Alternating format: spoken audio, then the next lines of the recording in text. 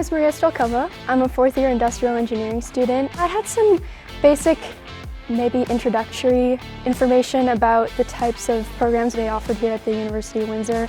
And I was kind of going through, and industrial engineering seemed to be a better fit for the kind of things I was interested in. With industrial engineering, you could work at like the hospital, maybe like a banking institute, or anywhere really. And I kind of wanted that option.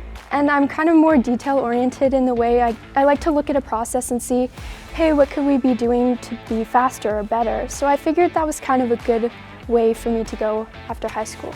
Personally, I did a lot of time studies at my co-op. For my first term, I worked at Vistaprint, and it was an industrial engineering co-op. I was really lucky to be able to get a specifically industrial engineering job. But that was where, as I said, I was working on doing a lot of time studies.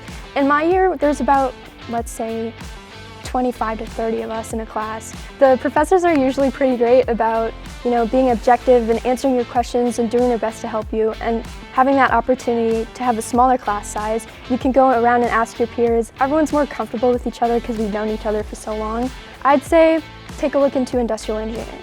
Thrive at UWindsor.